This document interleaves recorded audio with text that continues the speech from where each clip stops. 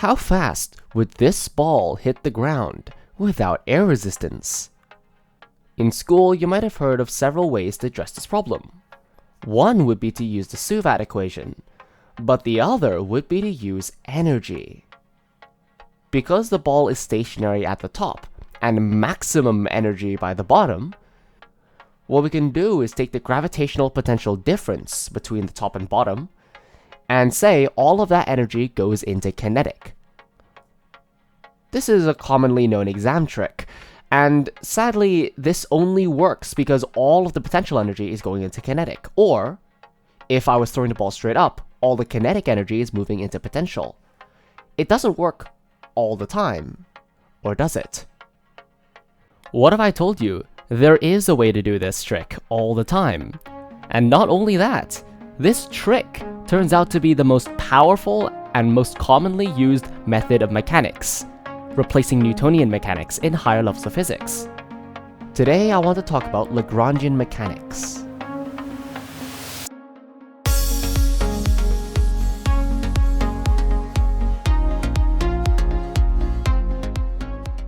But first, we need to talk about Newtonian dynamics, and before we talk about that, we need to talk about what mechanics is. Mechanics is the study of motion. Anything that moves or does anything will be described through mechanics. Quantum mechanics describes quantum things. Classical dynamics describes classical things. Newtonian mechanics is arguably the first mechanics that has ever been widely used. Newtonian dynamics describes the world with forces.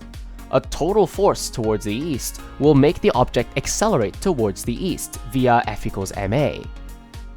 To find this total force, we see all of the possible major forces that are acting on this object, and we take those into account. Stuff like air resistance, gravity, collisions, magnetic fields. All of these things create a force on the object and try to accelerate it in their direction. If we just imagine all the arrows that they would produce, if we just sum them up like this, using some vector addition, then we'll be able to figure out the actual direction the object will go in. Newtonian mechanics can perfectly describe almost everything in the universe. So why are we replacing it then? Why do we desire a new form of mechanics? The main reason is because vectors are annoying to work with. Compared to numbers which can add, can multiply in very intuitive ways, vectors can really only add. It's possible to multiply a vector by a scalar, but multiplying a vector by a vector is a massive pain. Also, the equation F equals ma is differential. This is a problem because differential equations can only tell you what's going to happen next. A force tells you where the object is accelerating now, not where it will end up. There are many situations where we only care about what the object does at the end, not all the faffing about in the middle. So when Joseph Louis Lagrange created the theory of Lagrangian mechanics, you can imagine people were really excited. In the 1700s, Lagrange noticed something very interesting indeed. Let's imagine the ball example from earlier and see what the ball is thinking as it tries to fall. Why does the ball want to fall? Because it wants to lose potential energy. Why can't the ball fall? Because it doesn't have any kinetic energy to move to a place of low potential energy. Therefore, there is always a tug of war between the amount of potential energy something has and the amount of kinetic energy something has. If we just take the kinetic energy and subtract it from the potential energy, we get this difference, the Lagrangian. The Lagrangian is a little different to energy. Energy would be kinetic plus potential, and that is conserved. The way the Lagrangian is used is actually to define a thing called action.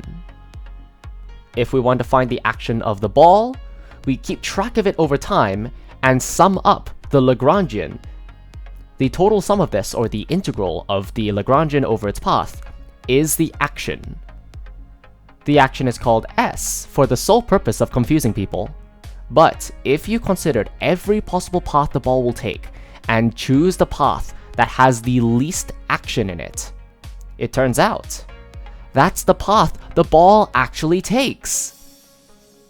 This may sound like we just got a roundabout way of doing mechanics, but unlike Newtonian dynamics, I can start and end in any two positions. As long as I can find a path that has the least action from the start to end points, I have the path the particle will actually take. To find this path of least action, Lagrange went to his good old friend Euler. Yes, Euler, the guy that has everything named after him. Together, they developed the calculus of variations and made the Euler-Lagrange Equation. There's plenty of interesting videos describing how it's derived, so I'll just go over how you use it. Let's try the ball example. The ball has the kinetic energy of half mv squared. It has potential energy mgh. To use the Euler-Lagrange equation, we need to use partial derivatives. A partial derivative means take the derivative of this variable, but keep all the other variables constant. It's a little bit weird to take the derivative of position without velocity, but that's just how the Euler-Lagrange equation works. The equation we get out of the end is acceleration equals to g, which is exactly what we wanted. Sure, in this situation we need to use a bit more calculus to get the final solution, but the technique we just used is general! Think about how easy it is to build a Lagrangian of a super complicated system. One of the most complicated Lagrangians of all time, the standard model Lagrangian, is literally just the kinetic energy term for a relativistic particle plus the three forces for potential. It's no surprise then when it comes to the most modern theories of physics, all of them are just Lagrangians. If I wanted to combine two completely different systems of mechanics, it's as easy as just adding the Lagrangians together. Before we end, what happens if the Lagrangian doesn't have a variable in it? Well, then the partial derivative would be 0, and we're left with this. Looking carefully and seeing that this corresponds to momentum, and oh! If the Lagrangian doesn't have the variable x, then the momentum of x is constant. A very clever person looked at empty space and went, hold up, the laws of physics, if they were a Lagrangian, would not depend on position or time. It would be quite stupid for an experiment on Sunday to be different to an experiment done on Monday. And similarly, it doesn't matter where you do the experiment, the physics should still be the same. Because changing time and position, so-called translational symmetries, do not affect the Lagrangian of physics, it ends up with the laws of physics requiring both energy and momentum to be conserved. As long as space doesn't change and space is equal everywhere, energy and momentum are conserved. This is Noether's theorem.